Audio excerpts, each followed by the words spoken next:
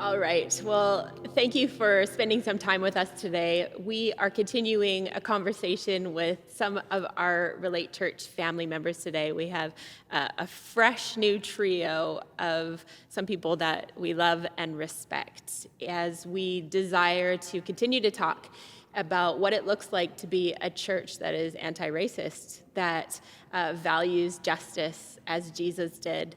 And when you look at the life of Jesus, you see that he sat down with people, he had conversations, and we want to be a church family that continues to have those, especially when it is difficult. And so one of the issues, one of the things that is really a heartbreak, I believe, for the church in Canada, and Canada as a whole, as a country, is the treatment of our Indigenous brothers and sisters. And I actually believe that we have many Relate Church family members who do have a background who are First Nations.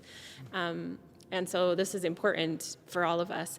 But I just want to introduce you to who is sitting at the table with me today. Once again, I want to note that normally we would be sitting closer. It looks like we're very cold and distant, but that's because we must. And so we have a very long table with just four of us.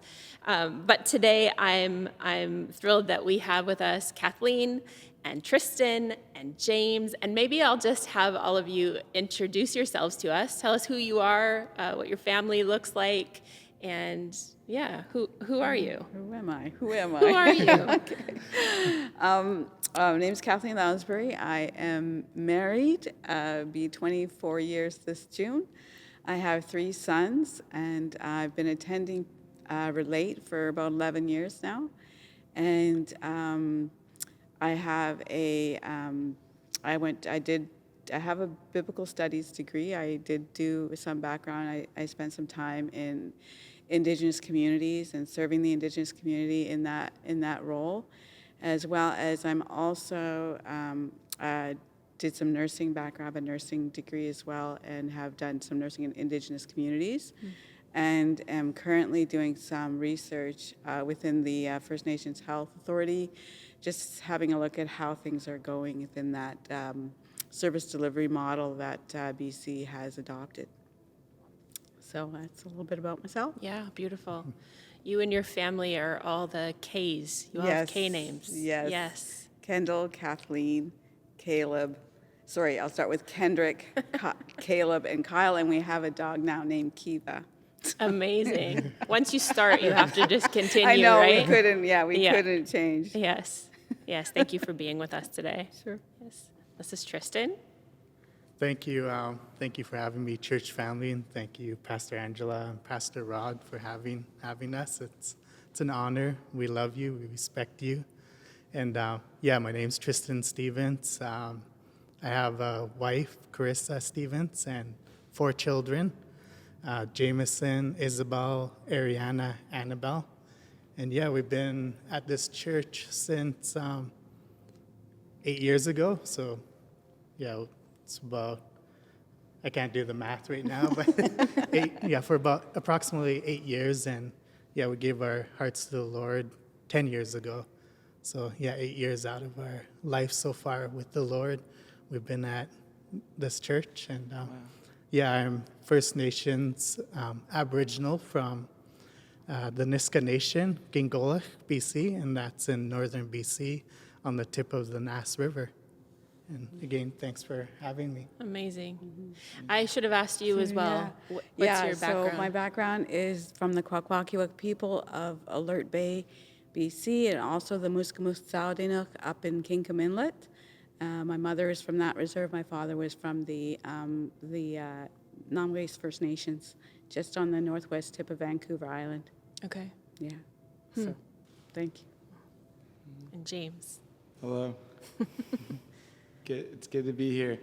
So my name is James, and fun fact, I'm in the process of communicating to get my family name, my First Nations name. So I'm really excited to work through that naming ceremony. So hopefully next time we have a conversation like this, I'll have my my official First Nations name. Wow. Yeah, I belong to the Coast Salish people from the Tsawwassen tribe.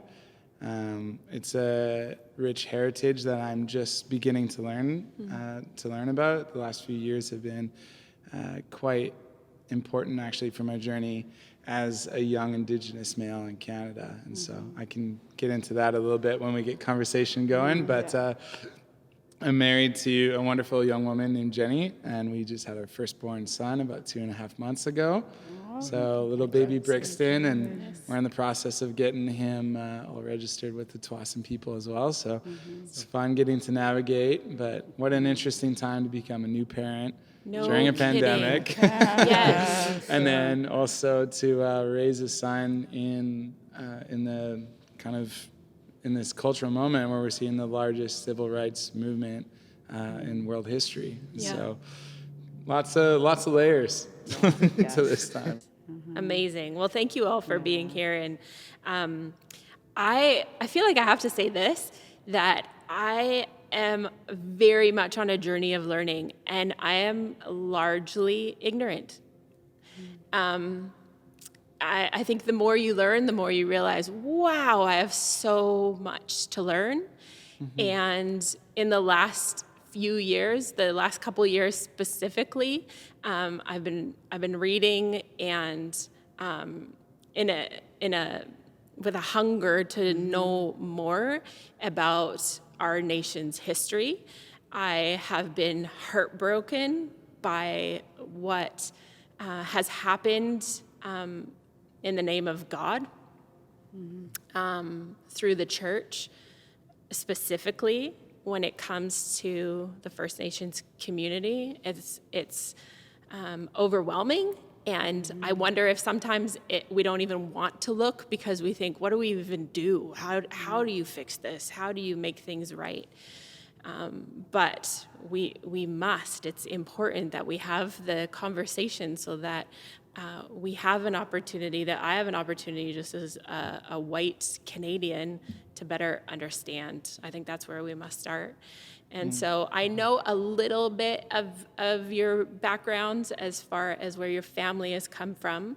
And I know that you have mentioned that both of your parents Both my parents are in residential school, and it's been a very difficult, I could go on and on about that, but, how it's affected me. I can go into how it's affected me and how I raised my children.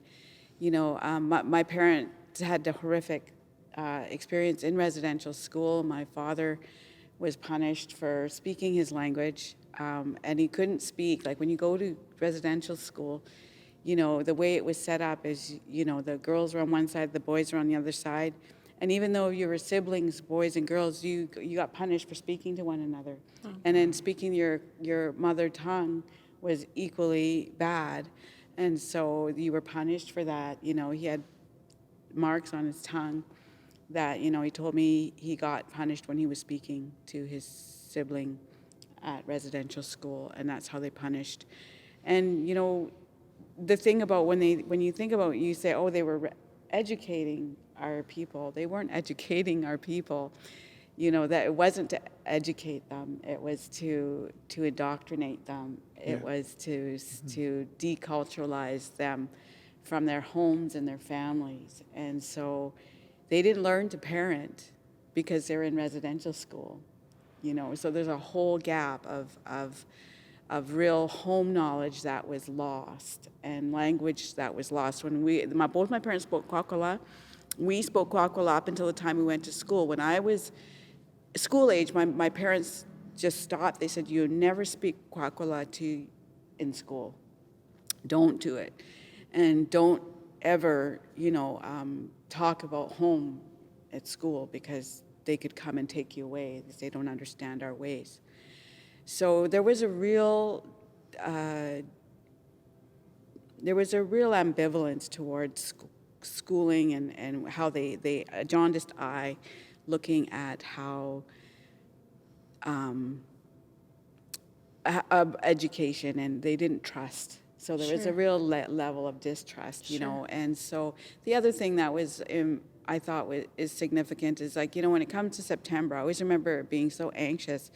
And I thought it was just us going to school in September. But for my parent, they hated September because that was when they were separated again and had to go back to school. And part of them going back, part of the enforcement was the RCMP, enforcing that they had to go back to school. And when they took from isolated communities, they just came in and took. They didn't get consent. They never always say they took them to school, but it was kidnapping. They just never say that. It's never in any language, in any document that was, they kidnapped kids, but that's what they did.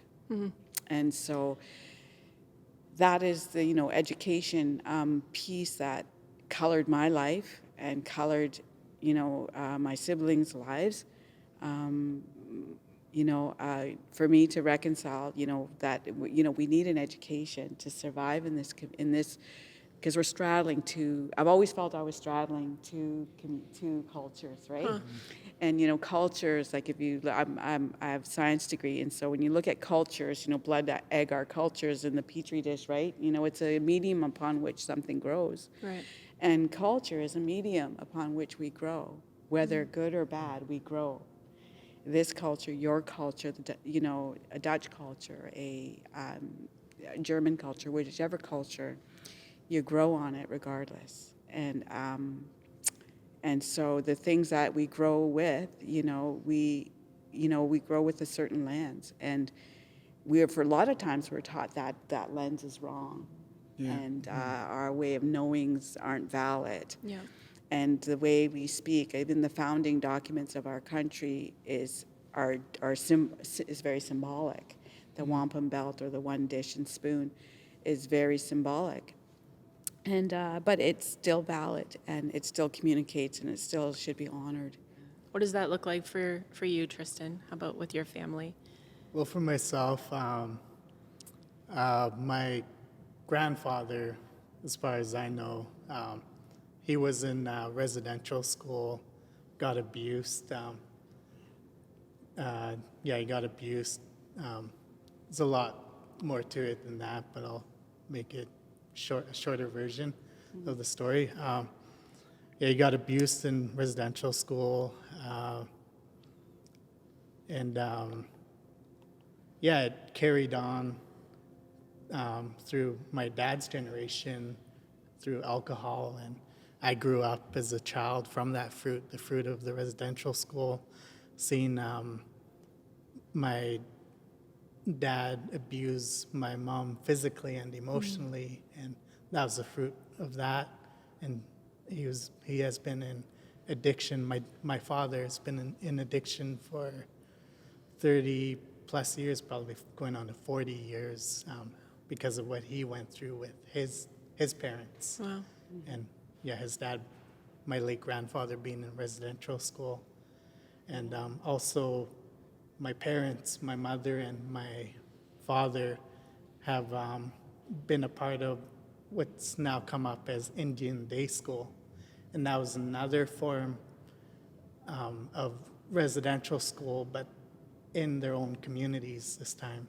Okay. They were able to stay in their own communities, but during the day they got abused sexually, physically, and emotionally by several teachers. Wow. And the staff at those schools who were outsiders, non-First Nations in the communities.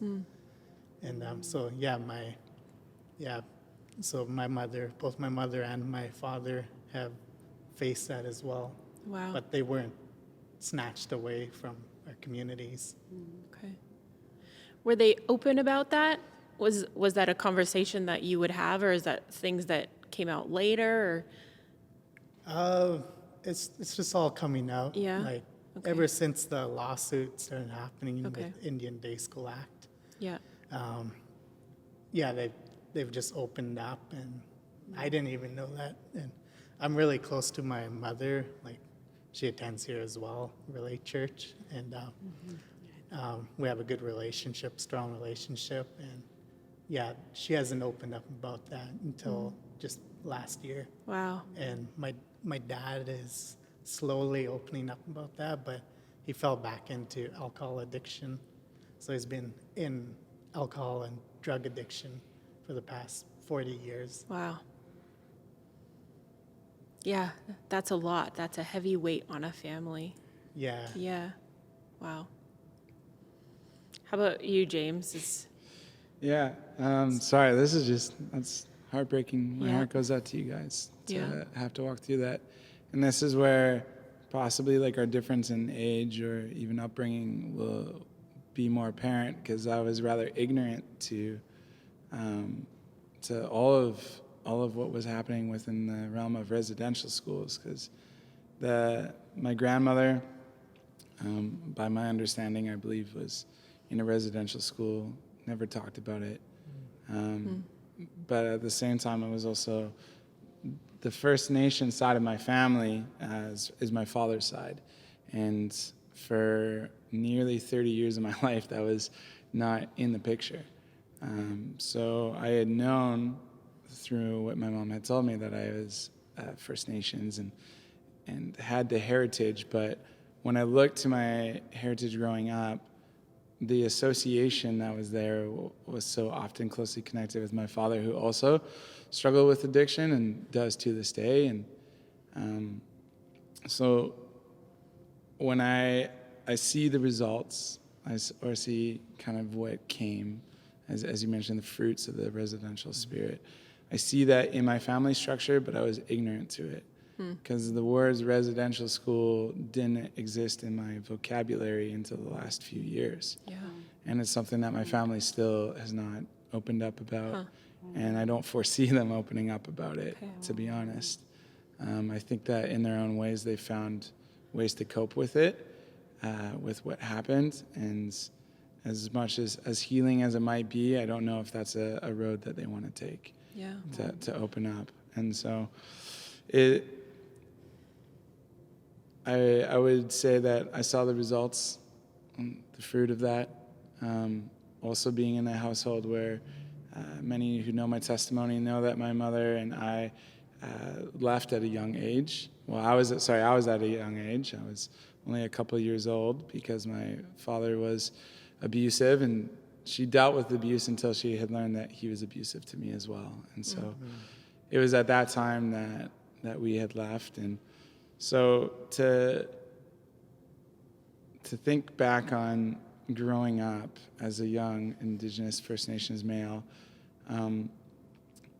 a lot of my exposure or a lot of my understanding of my ethnicity really started to kind of come to light in high school, because I went to what was deemed the res school, because we were the school in Vernon closest to the the reservation. And so a lot of kind of the experiences, or a lot of the associations with First Nations growing up as a teenager were painted in a very negative light. And it was something that for a long time I struggled with. I didn't want to associate with. And given that off of first base appearances, not too many people will look at me and go, hey, you're Aboriginal, or you're First Nations, or you're Indigenous. Often it would be other, when I would have encounters with other First Nations, that they would recognize my heritage. Really? But for a large part, I'm ashamed to say that really there was a part of me that wanted nothing to do with my First Nations roots and with that ethnic part of my life, because it was so closely associated with my father and with addiction. And then when people would say, in school, when people would say things to me like, oh, you Indians are good for nothing, you're all drunks, you're a burden on us taxpayers, you're only here because I've paid for you to be here. There's years of what I kind of now reflect on as the pay to say, where I took a lot of abuse, a lot of racist comments, and I took them in stride because I believed what my friends were saying. And this is from fellow teenage boys. So some of it was chalked up to like, oh, boys will be boys. We're teenagers. We're razzing each other. And I didn't really realize the realities of the racisms that I was facing. And then when they would say things like, "Oh, I paid to," like I paid to say these things to you. Being raised by a single mother, we were living in poverty, and so what better did I know? Wow. It was really hard to deal with, and so for years, I ran from my ethnicity. I ran from my roots.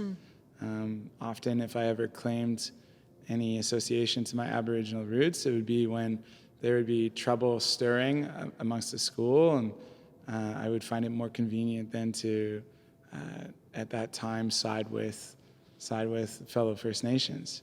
And then at other times when friends of mine that would say those things, that I wouldn't want to lose those friendships, I would allow them to emotionally and verbally abuse me and take that in stride, not knowing any better. So it's interesting to see that never did I go through a residential school experience or anything to that extreme, but schooling was still not fun as a First Nations. Was that in Vernon? Was your youth all in Vernon? Yeah, my youth was Okay. all in Vernon, and I want to. Again, this is not to bash Vernon. I think it's a great town for sure. I just think that culturally there was a level of ignorance. There wasn't. It wasn't written into our educational system. Right. There was nothing to really promote the pride of the First Nations people. Which is interesting because you're young. One of the things, like what you said, my taxes pay, I teach my boys. I'm like, you know what? That is so not true. That is a myth. Yeah. That is a huge myth in society, and it's just, it's run rampant as truth that, my taxes pay for your life. Yeah. And that is so not true. Yeah. There is a trust fund that is trillions and trillions of dollars. And of course the government raids that, but that it's not my tax dollars. And it seems like that has always been a weapon of racism, and it's something that they slap us with over and over again. Yeah. And we're all going like this because we've heard it over and over again. And Especially through high school, elementary school. I know. And Like other kids would have said that to Yeah. you. Is Oh, this yeah. familiar Yeah. to you? Oh, This yeah. Yeah, okay. exactly Oh, what you yeah. said. So I've gone it's- through that too. Really? Yeah. It's a form of I feel that's probably one of the most common forms of systemic oppression towards the First Nations people. And the way you said it stuck with me without realizing it. Now that you mention that brings light to me because I started being ignorant towards my people and my culture as well. But lately, God's been bringing that back into my life and healing me in that area, accepting my people for who they are and the culture and the significance of God being in the culture Yeah. through love, unity, even as much as the drumming and singing. But I relate to him in a sense that it did get ingrained in me and it started becoming Like the words that were spoken over Yeah. you brought shame. oh yeah. yeah. Absolutely. And I've started believing it. And it's you do believe it, and then it does challenge because if you get angry, you're just fitting the stereotype. And then if you struggle in school, you're just meeting their expectations. Yeah. And so you work so hard. I worked so hard for everything. Yeah. And That's what then- Kathleen said. What did your dad tell you? My dad said you have to be twice as good as the white man to be equal. Yeah. That's what I grew up hearing, is that you got to study, you got to work, and then if you're this, equal, you got to show yourself, and then they will at least not look down on you. Yeah. And so there was so I teach my kids that about the trust fund. I teach them, I said, don't let if anybody ever says this to you, you tell them that it's not their tax dollars that pay for my life, and you give them fact and figures, and so I'm training my boys to not have to have that slapped on them, because that was such, it was so hurtful, because then we just felt like the cowering, like we have to cower.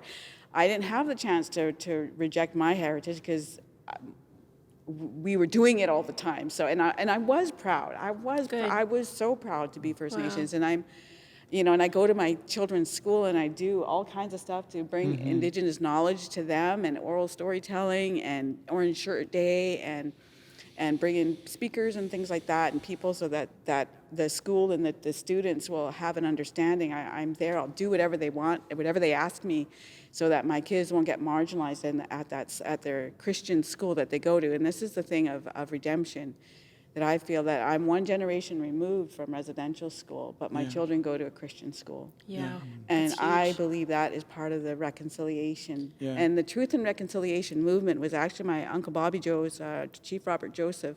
He's my uncle. And he was the one who started taking a brick from St. Mike's residential school and going and talking to people about residential school and starting the Truth and Reconciliation movement. Wow. You know, that he's the CEO of that. Wow. And then my aunt, who is she was also got her PhD in nursing and was the head of the Aboriginal Nurses Association of Canada. So I have the background, a political background, and different people that have done that I look up to that are proud that they're First Nations. And so I've had role models that have just influenced my life to be, you know, you are First Nations, you be proud of being First Yeah. Nations, That's good. and you are Kwakwaka'wakw, and your viewpoints are important. Because, and so I've been able to kind of grow, you know, when in the 90s there was a movement in the Pentecostal church. So I grew up in Pentecostal Assemblies of Canada.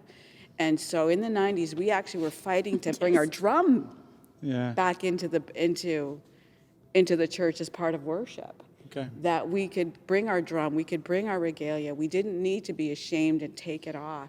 But that God didn't make a mistake making us as First Nations. Because that was, you know, a way that we were kind of, you know, in society, oh, you guys, you know, okay, you're First Nations, one thing. Becoming a Christian and being First Nations is another thing, because you almost feel like you're betraying your history. Yeah. And, you know, in certain factions of our people's group, they do feel that way, and you do have to be sensitive to that. But that there is the blood of Christ, there is the Creator's Son. And there's been different prophecies before contact that talked about there was going to be somebody with a book that's going to tell us about the Creator's Son. Yeah. So there is in the oral history that the people were coming to tell us about the Creator's Son. Yeah. Because we just knew about the Creator. And as far as a people group that was spiritually ready and historically ready to receive all that God had to tell us about His Son, and we're waiting and we were ready for that, and for them to drop the ball in such a way, Yeah. Yeah. you know, can you imagine if they had done it well? Yeah. What the difference would have been in this Yeah. country, on this land, how God could have just done some miraculous things, Yeah. and to grow our knowledge, our cultural knowledge, you know, and you know, because like to me, the founding document of Canada isn't the Constitution; it's the Wampum Belt. You know, the Wampum Belt is our founding document, where it is the agreement, or they call it the Treaty of Niagara, the agreement where you have like the Wampum Belt. I don't have a picture of it, but you can look it up. And it shows where we call it the man-made river, where it shows the river with two boats, two canoes. And basically the story is that these two canoes it's an agreement, we're going to go our way, you steer your boat, we'll steer our canoe, and we will not interfere with one another, but we make an agreement as people, because we didn't have a word for acquaintance in our culture. It was either you're a stranger or you're family. And we made family and an agreement, and we come into a covenant, if you want to put it that way, in a churchese to do this. And that's, you know, that was how we spoke. That's just as valid a document as the Constitution, and even more so, because that was how we communicated. And we have to continue to be proud of our Indigenous ways of knowing and how we came to the table back in the day with the Dutch. It was the Dutch community at that time, to make an agreement to live. We never ever said we were going to give up the land. We said we would share it. Yeah. And, you know, and so I believe, like for me, indigenizing curriculum and things like that, like I have a calling.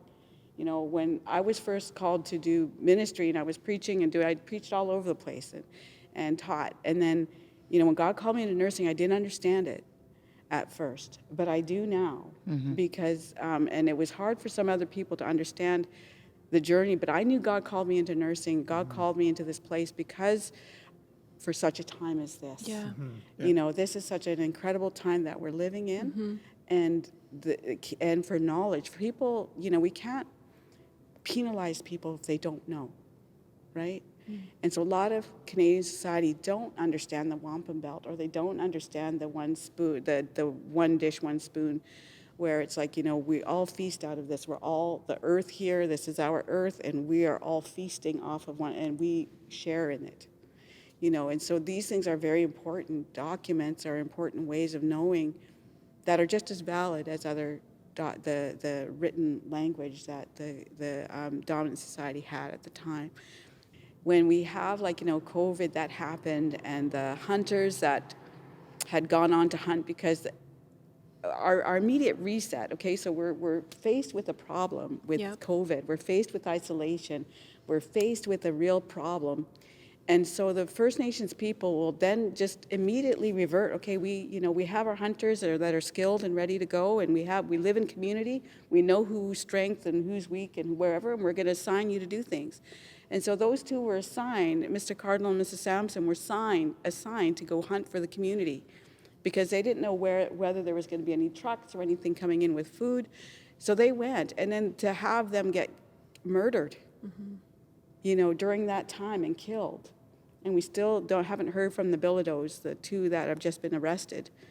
But that never got very much traction until, you know, this uprising, where we're like, people are demanding justice for these two lives, that they were going to go onto the land, and they were hunters. They were going to go hunt so they could feed the community.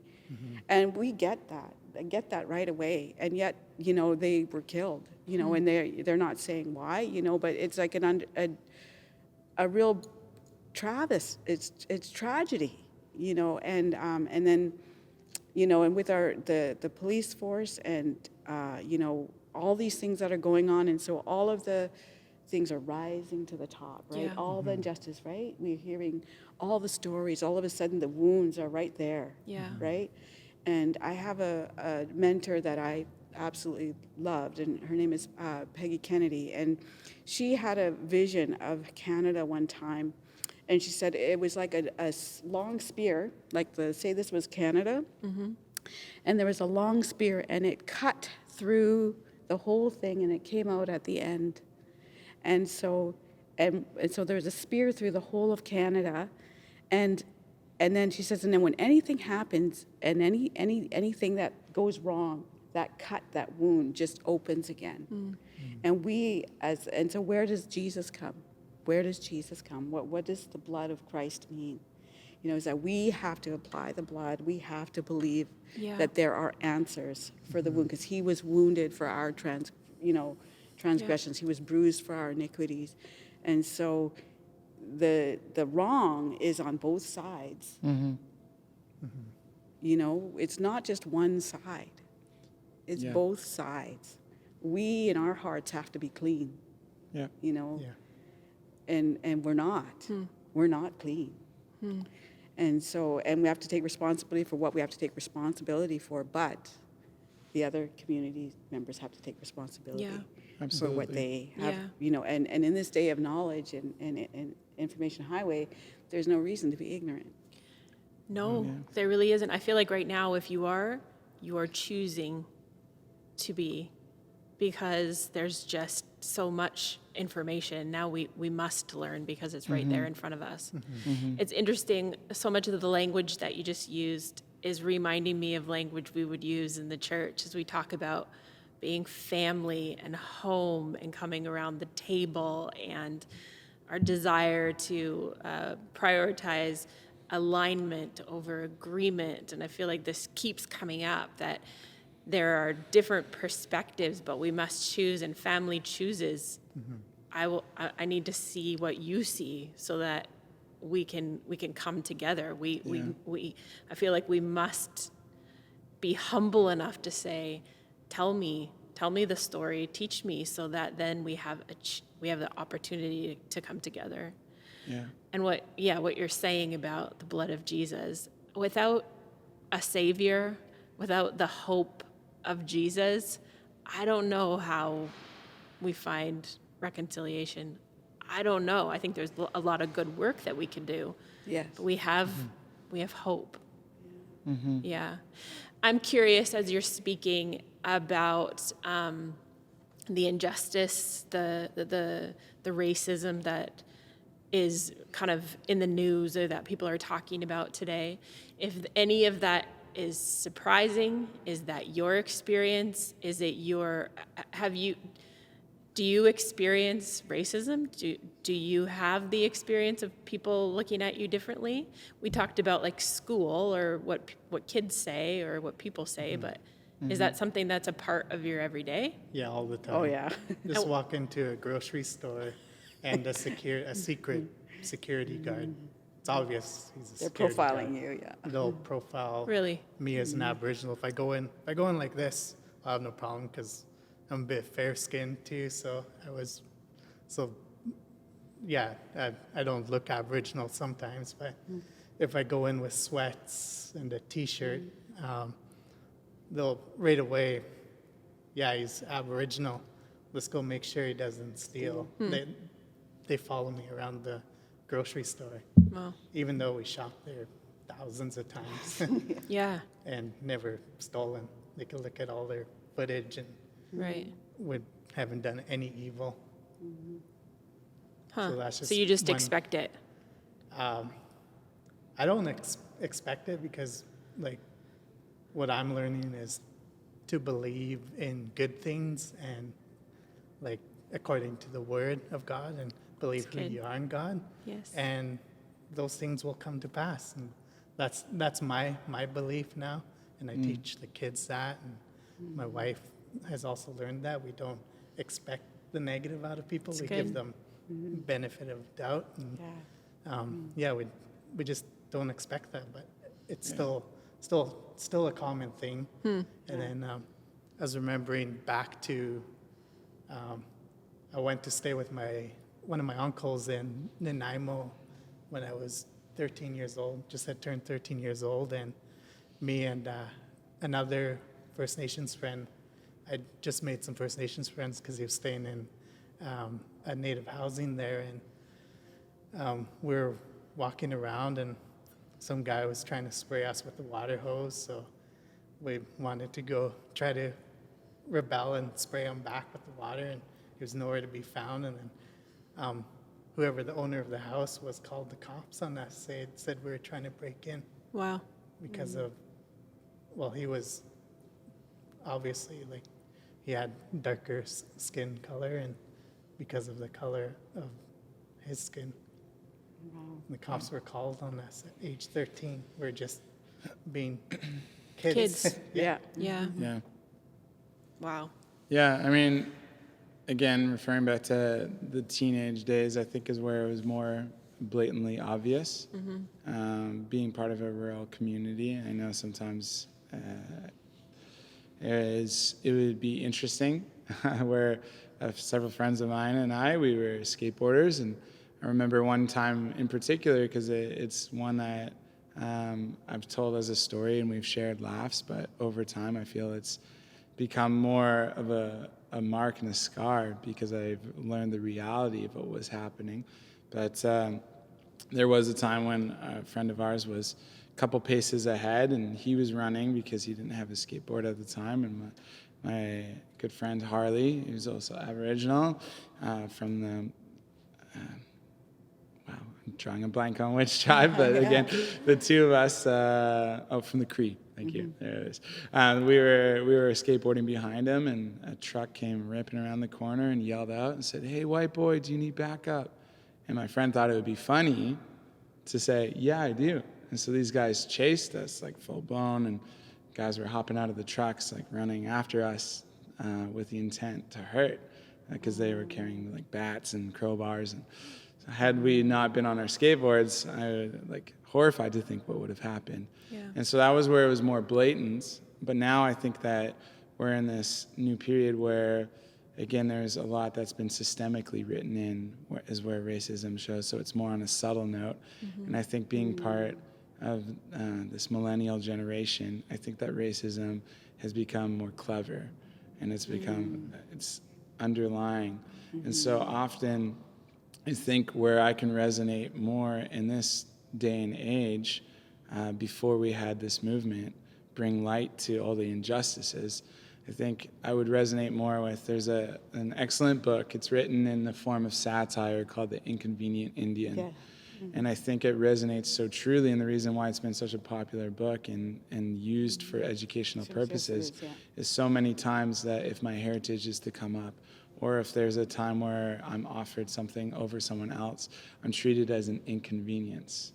You know, it's like that First Nations bit got you that little boost, or got you that, like you got picked off of a diversity pick, or whatever it might be. And so it's become this new form where it's more of a, I'm treated as an inconvenience rather than there being a blatant outburst or kind of a violent association. And so I think that it's adapted, it's changed, it looks different. But I also think that part of it as well is in large due to misconception. We shared some of it about these pay-to-say comments that has been shared. I think that's one of the biggest misconceptions. And I think on the other side that there's also just generations of misconceptions that are built on upon each other. Conceptions like in the realm of real estate of like, oh, this is a good neighborhood. Well, often that's associated with a white neighborhood, right? Or this is a good school. You really want to put your kids here. And then you look at areas where there's been less attention, or maybe, you know, poverty has run its course and taken toll. A lot of the times that's seen on our reserves. And so it's like, oh, you're going to want to avoid that part of town. You don't want to go there.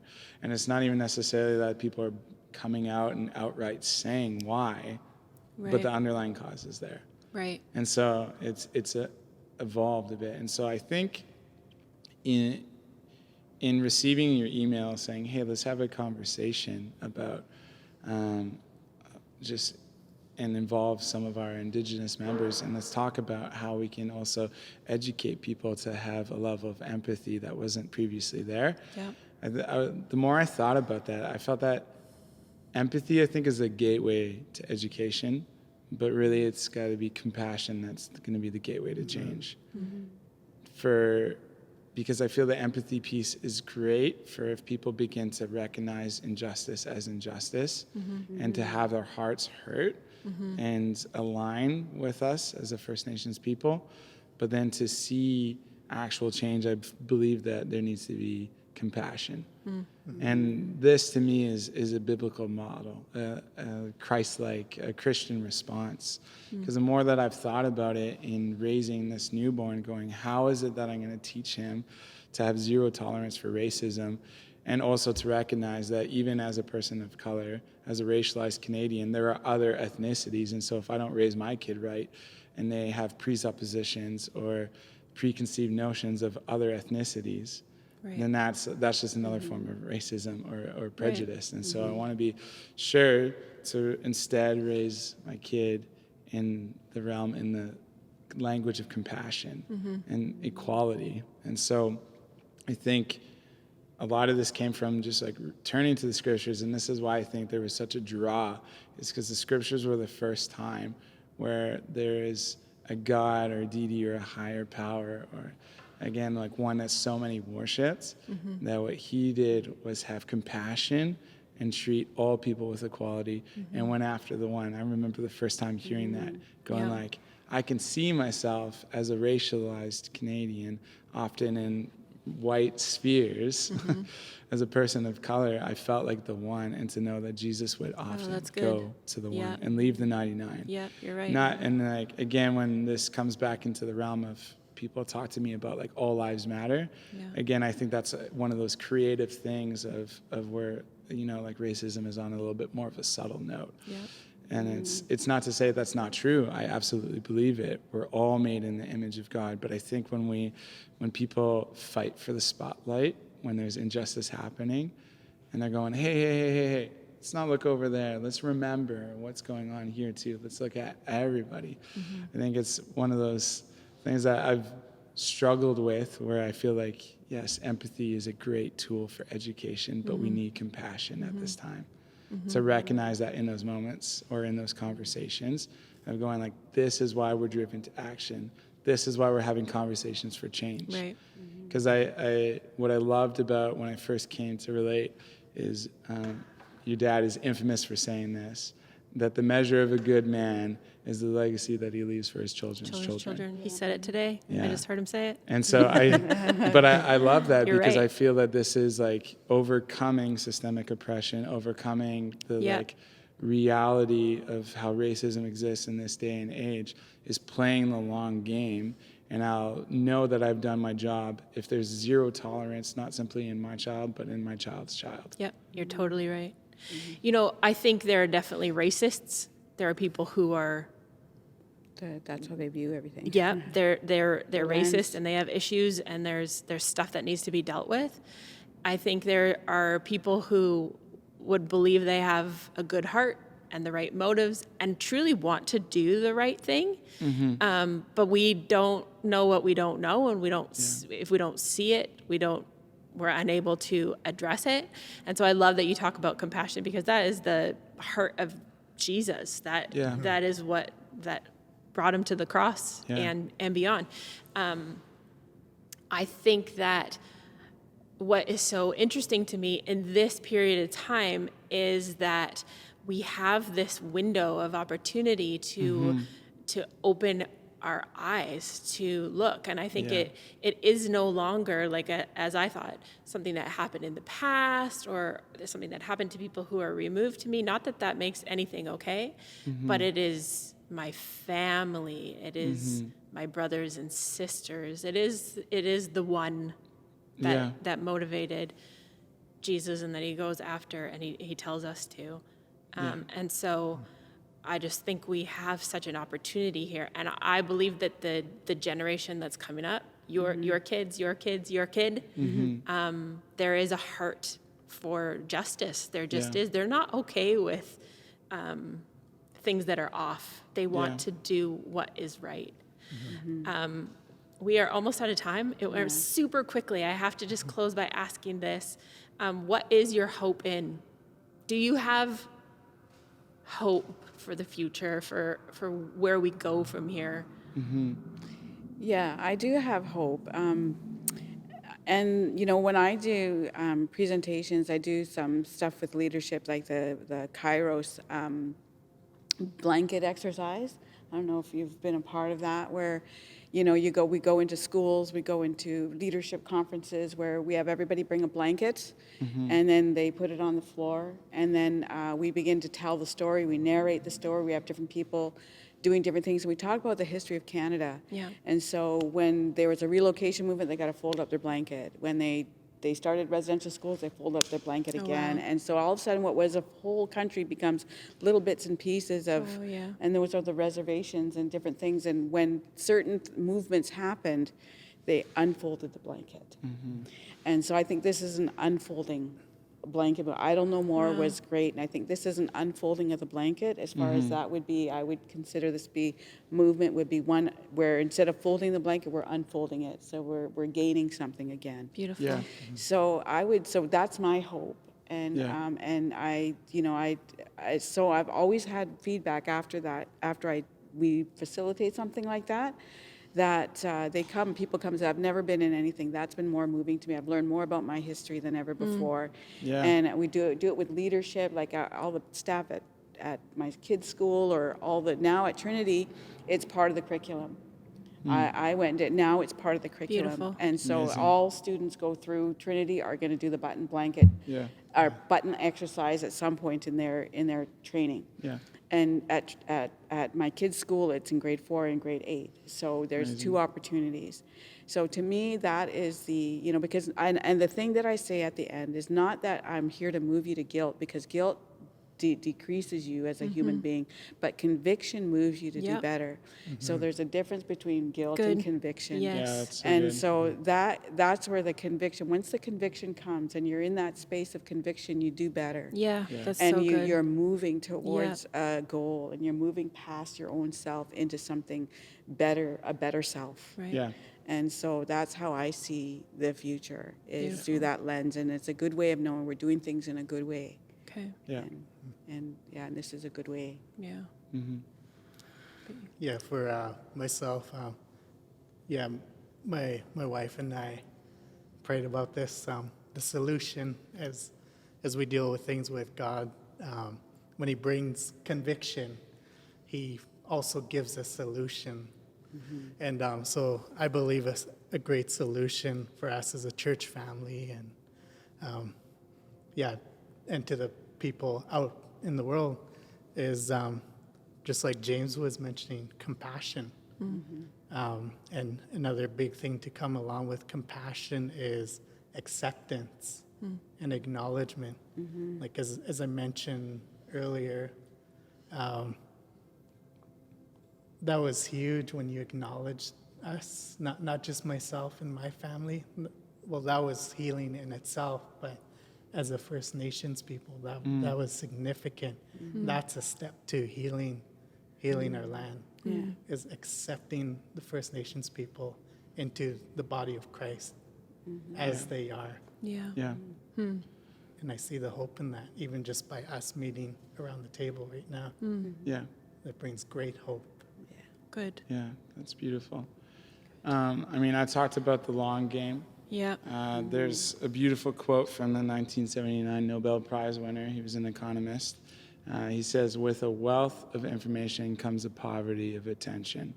And so my fear is that with so much information out there that people just become detached and move on.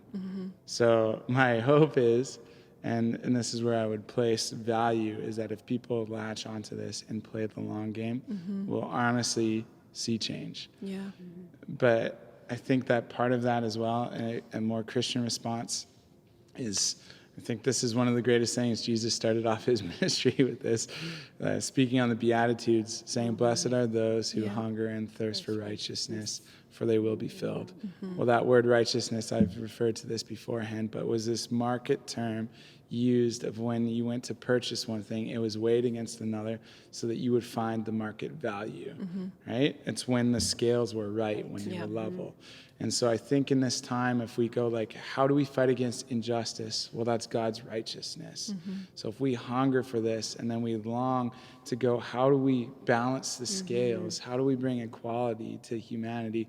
How do we as Christians respond and see through God's eyes and see others the way that He would, and to have that compassion the way that Jesus did on those who looked like they were lost without a shepherd, and also to the same way that He would look to His disciples with compassion. I think we need to skip to long and hunger and thirst for that righteousness and not be satisfied until the scales are balanced. Yeah.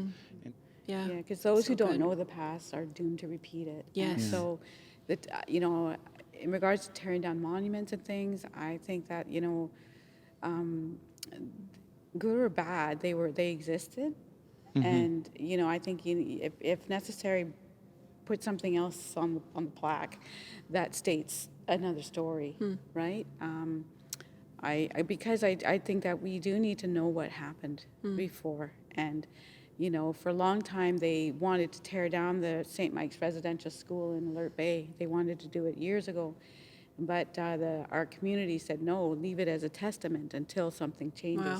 Wow. Oh, wow. And so until they were ready to they didn't tear it down right away. It happened just a few years ago now. But after the Truth and Reconciliation movement happened, they did that. So I think there's wisdom in that. I think, we can learn from some of our hereditary chiefs that way. Yeah. And, God has His ways in which to build up and not just tear down. Tear down. If you're tearing something down, you got to be prepared to build. Yeah. Yeah. You have to have plan B. Yeah. Yeah. That's good. You're right. Yeah. Yeah. Well, I want to thank you. I want to thank you for sharing your stories. I want to thank you for your openness, your honesty. I know we could have talked for a long time longer, and so I kind of hate that we have to stop here. But our hope is that it doesn't stop here, that it continues, and this just births many more conversations. I want to say, as just a pastor, when I look at the responsibility that God has given us to be part of building his church. God, Jesus is building his church, and it is beautiful, and he is preparing us, and there's so much just joy and hope in that. When I look back and see what has happened, it's heartbreaking. And so I want to say that for all the ways that we have done it wrong, and we have not shown up, and we have not spoken up when we should, and even I just personally, I've made broad statements about racism or justice, but I haven't been specific. I want to apologize. That's not right. It's not right. And so I apologize. I'm glad for the grace that you extend, and it gives me hope for the future. And yeah, I look forward to what happens from here, and I'm just grateful that you would participate and you'd share with us. It was not your job. I said this in our last conversation. It is not your job to have to educate us. We should know better. So I'm grateful that you've all made time and you've been here with us today. Can I just close in prayer before we wrap up? Because I feel like we must. Yeah, sure. Actually, sorry, one last thing, if I can. I just want to also extend thank you. I know that Tristan did such a good job at the beginning.